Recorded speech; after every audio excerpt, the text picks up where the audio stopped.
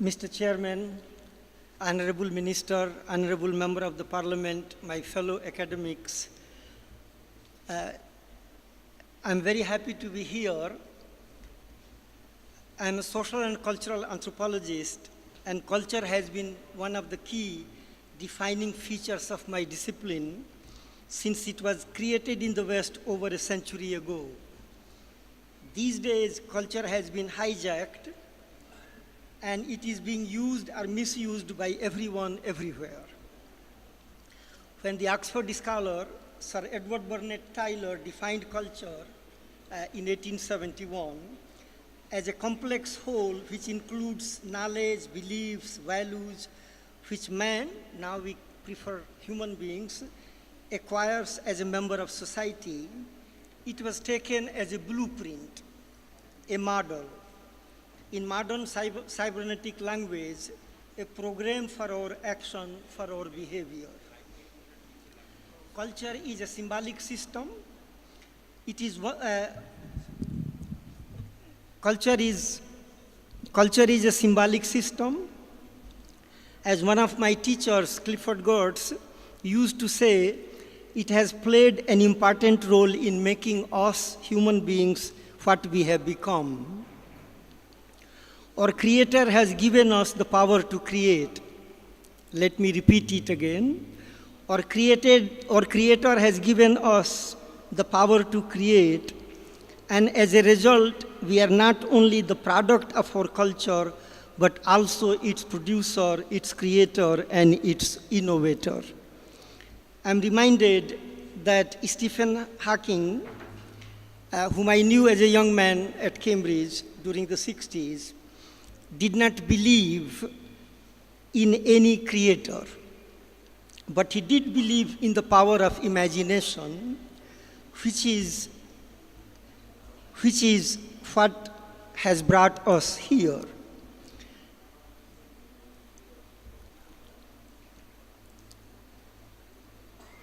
It was this power, this ability, which made us create, make all kinds of things that define us.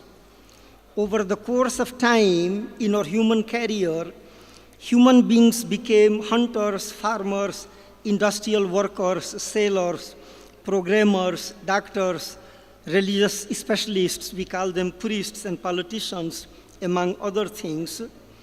We became producers of various sorts of knowledge and information, and started to exchange these with others.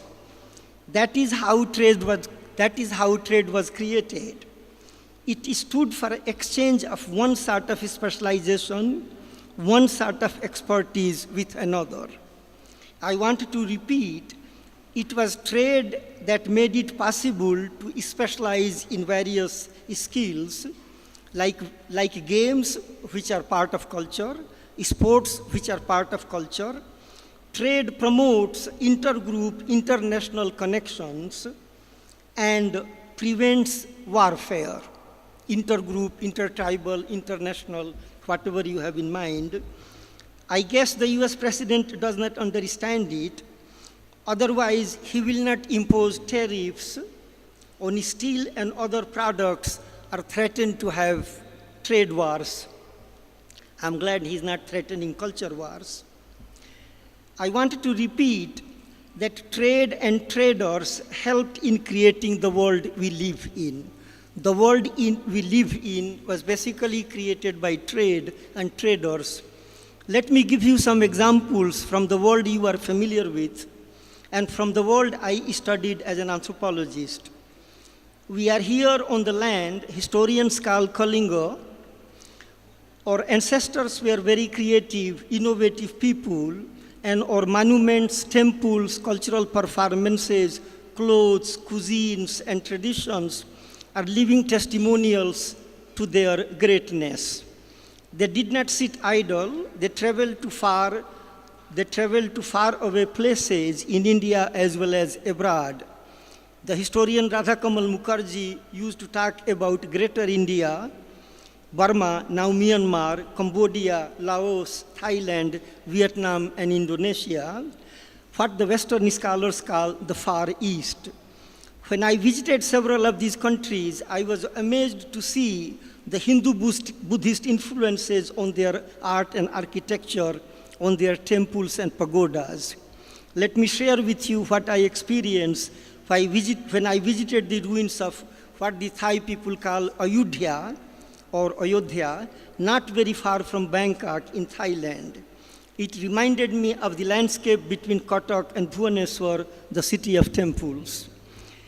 I see in the program that there are several papers on Odia maritime trade during the early and medieval periods.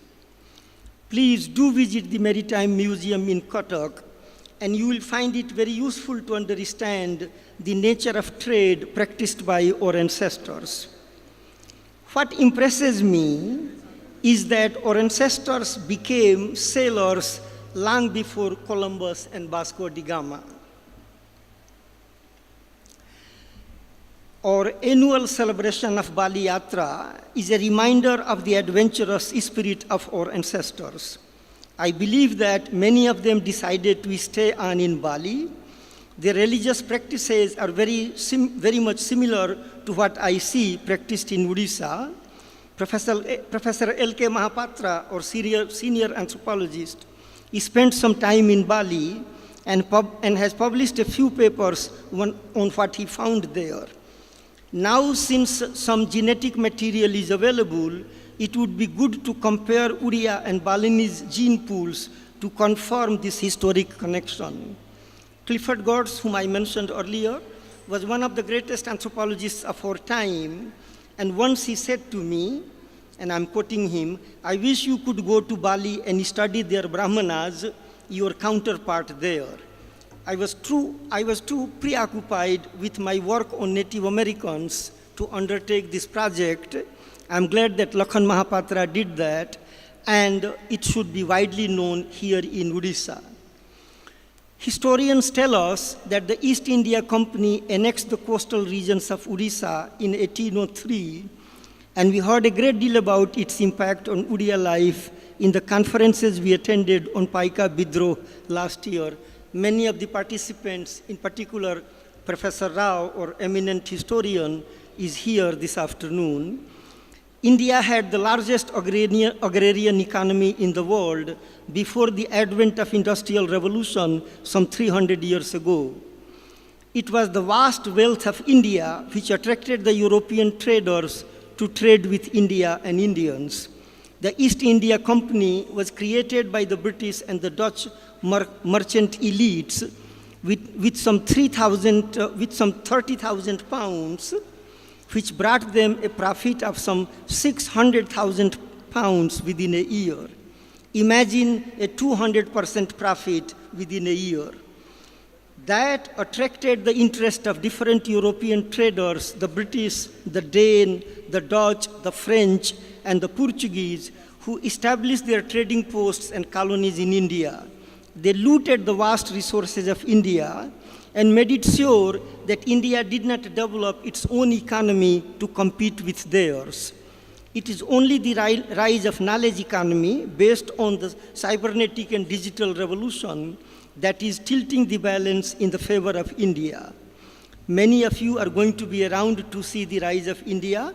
Some of you must have watched the television last night when Modi ji was speaking about the rise of India and its impact on our culture and society. There are several papers in this conference dealing with themes such as Skill India, Skilled in Odisha, and I look forward to hearing them. This may be the right moment that I say a few words about what I learned about the culture of trade from my own research on native peoples of North America.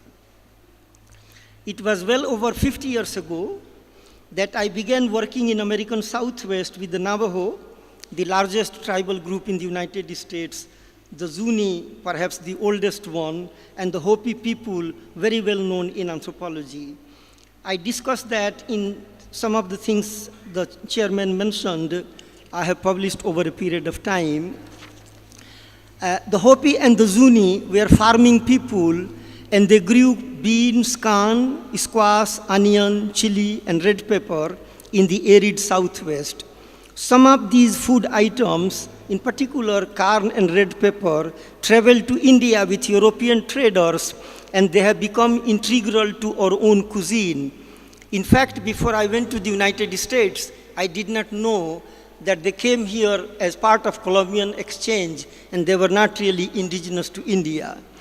After the gold rush in California in 1849, hordes of Americans from the East Coast and Midwest moved westward. On their way, they were attacked by Native Americans like Apache, Comanche, and Navajo warriors.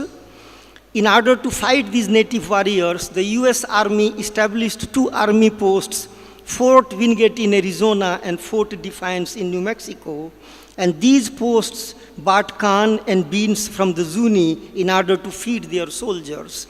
The Zuni had surplus food for trade, but that was in 1850s.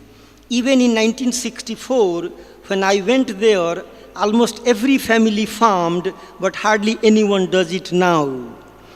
Now it has become a town of jewelers, fetish makers, carvers, and painters. One may ask, what happened? In 1870s, white American traders, Andrew Vander Wagen, Charles Kelsey, and much later C.G. Wallace, whom I knew in 1960s and 70s, opened trading stores in Zuni, and they introduced white sugar, coffee, bread, and cooking oil in their diet. Their traditional food habits changed, and they got hooked on industrial food introduced by the traders. This has dire consequences on their health. In their photographs taken in the 19th century, when photography started, I hardly see an obese person among the Native Americans. But these days, a majority of them have weight issues and are diabetic. This should not be news to India. The situation of the Hopi and the Navajos is not much different. The Kayenta trading post in the Hopi country and the Hubble trading post in the Navajo country did exactly what the white traders had done at Zuni. The Hopi people were encouraged to make kachina dolls and silver jewelry. The Navajos were asked to weave rugs and make silver jewelry. Now they are being defined by these new skills, which have become the new markers of their cultural identity. I can tell you this is going to happen with our tribal people as well.